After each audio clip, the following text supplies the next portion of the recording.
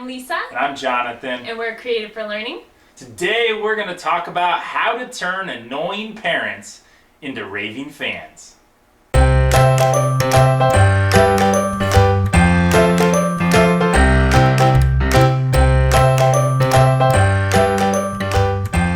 can be one of the most difficult parts of teaching. If you've got 25 students, you've probably got like 50 to 60 guardians behind them. Sometimes people call them the shadows. That each kid has 2 to 4 shadows at home. And if we're not careful, they can take up a lot of our time and energy each week. Yeah, I remember when I first made the move from mainstream students to honor students, a fellow teacher told me, those honor students are crazy. They'll eat up all your free time with all their emails and their after-school meetings. It's like they don't have a life of their own, and all they do is dig in to everything in your classroom. And if I'm honest, it got me a little freaked out. I kept waiting for the floods of emails, but then strangely, it never happened. And sure, I got some, but kind of like a normal amount, and not some crazy, unreasonable level. So it got me wondering.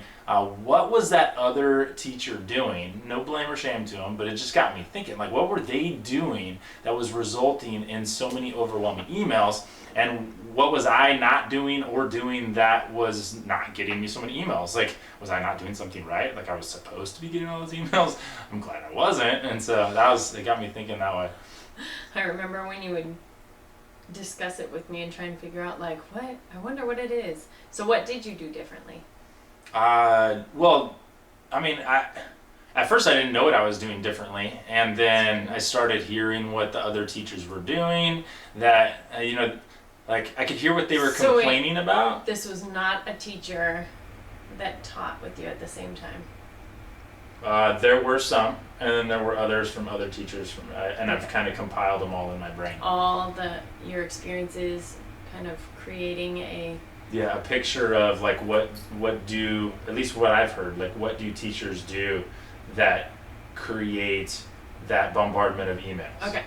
Right? And I started noticing it myself. Like, when did I start getting bombarded by emails? Because there were times throughout the year when it wasn't like all throughout the year, but there were times when I'm like, man, I just got 10 emails today. I sent out this new assignment, or there was this due date, or there was this fundraiser, I don't know, whatever. And all of a sudden I have all these emails. And I would get frustrated at the parents, like, or at the students, like if they were supposed to send a message home to their parents and the parents are confused. My first instinct was, I knew I couldn't trust the students. Why couldn't they deliver the message? Or, man, those stupid parents. Like, I really would think that you probably thought that too, let's be real. I know, but most of the students did what they were supposed to, deliver it, or most of the parents are not stupid, even though we think they are.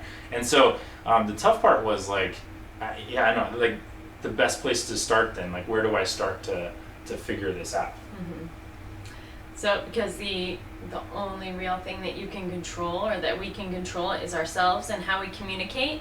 And if our goal is to get 0 annoying parent emails, one can make that a goal, right? It's a goal. It's a goal. 0. Can you imagine? That's 0.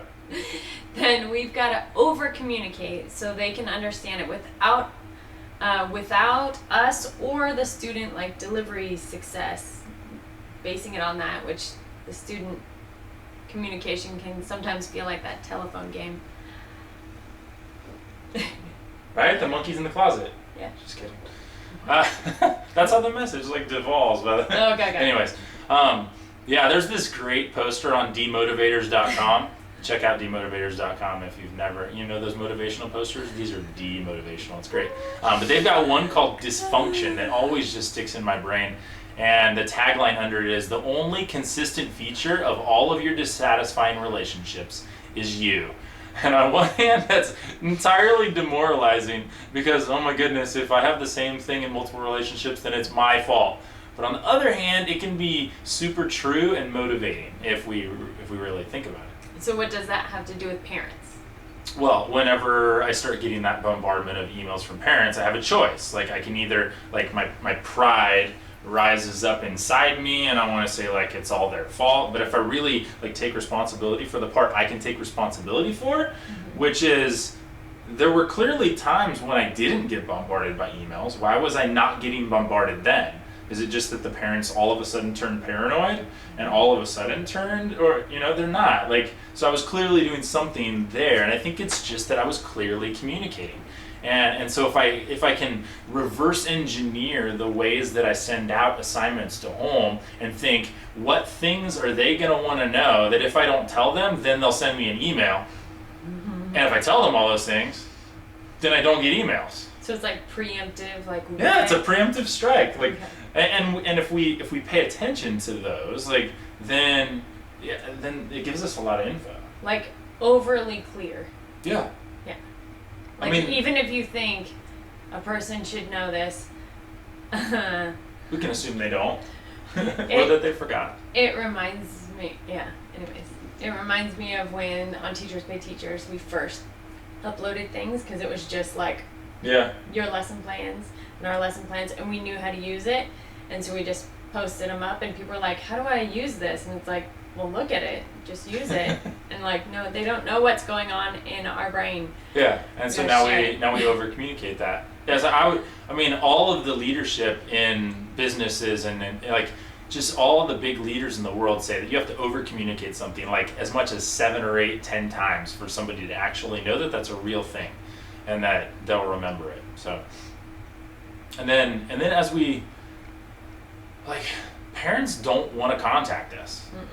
They just don't. Like, now being a parent of kids in school, I have 2 kids in school, like, I don't want to contact the teachers. I love them, they're great, but as much as possible, thankful for them, and I want them to be doing a good job, and I want to be able to do my job, but I don't like sit around going, what can I do to figure out how to contact a parent?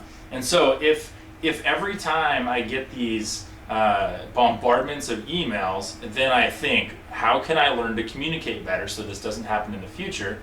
Then next time I go to communicate, I apply that knowledge, I will get fewer emails. And then the ones that I do get back, or the phone calls I get, or the parents wanting to come and meet me after school, all of that, like, there's gonna be some of that. But every time, if I go through the filter of how could I have avoided this meeting or this email, then next time when I apply that, I'm going to get less, right? And maybe I'll mess up and get more one time, but then I can still apply the same process and go, oh, what did I do that made me get more? And then I can reverse, and it's an experimentation process. So after 5 years, if I'm getting more emails than I was getting 5 years ago, then I'm not being self-aware, right? Okay, so I guess I'm switching it in my head to, like, it's kind of vague. We're kind of talking on vague levels. Is that just because, so were a lot of your things connected with grades, or like what? Could be grades, yeah.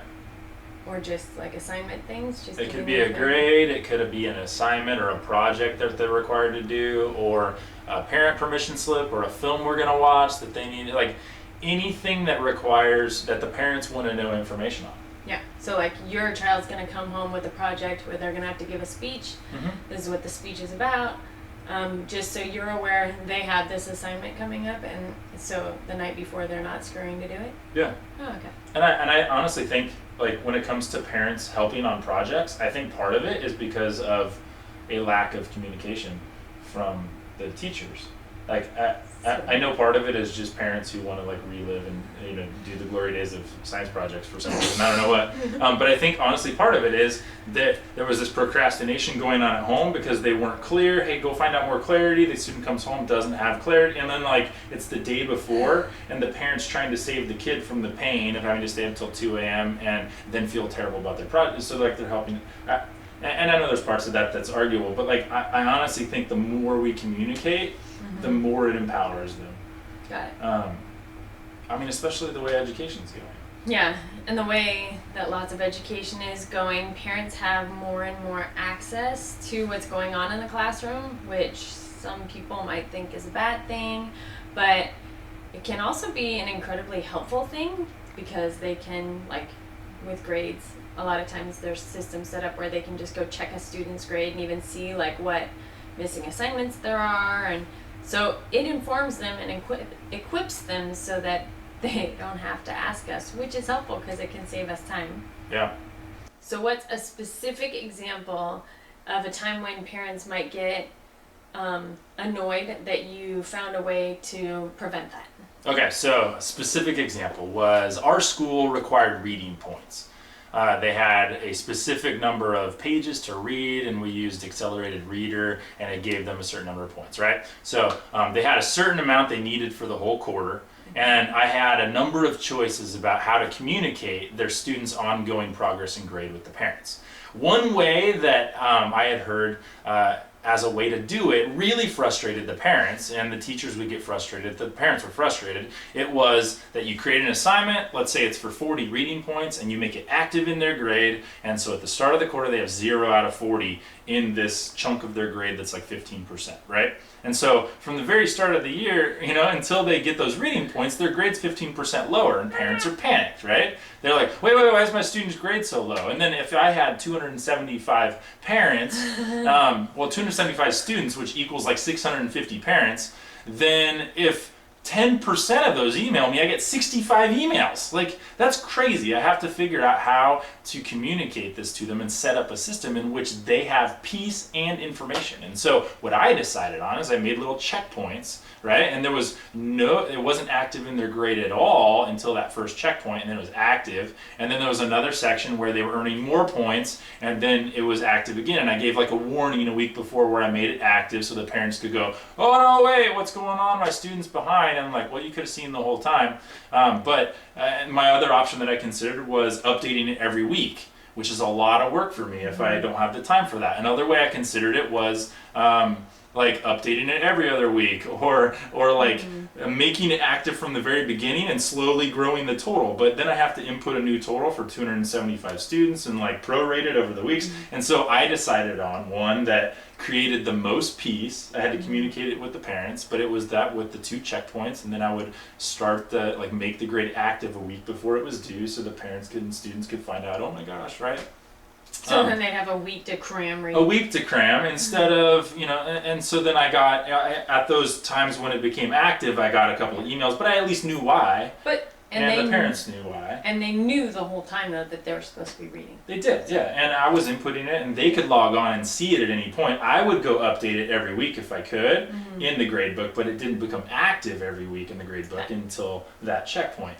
And that's a specific example of trying to be really aware of the parents are being frustrated, and I'm not going to say that they're stupid or not understanding. I'm going to hear it and think, how could my structure be changed to make them more peaceful? Because then they like me more, they give me more benefit of the doubt in other areas, then they're on my team more. When their students are complaining, they're like, no, I've seen how the teacher cares, so that means this time it's probably you and not me. And all of this, the more I care for the customer, which is our teacher, or is our parent, the more I care for them, the more they care for me. And it's just, I want to love them first and really care for them, and I feel like it creates a great environment, and then the students feel cared for too, and they feel like it's just there's nothing bad about it. Creates peace at the home. Yeah, and then it saves me why time. Is your grade so bad? Absolutely, and it saves me time in the long run because I don't have to answer all of those emails and phone calls all the time. Yeah. So, specific example. Hopefully, this has started a conversation in your head about how can I think about those annoying moments and be self-aware of what parts I can fix, right? And so start thinking about that. So our conversation of the day is, what is one, just give us one, you can give us more if you want, one annoying parent behavior that you wish you never had to deal with again? Share that down below. Don't forget to subscribe, share this with other teachers that you know. We really want to just raise conversations that can make teachers' lives easier. And so please share this around. Thanks for being here, and keep being awesome.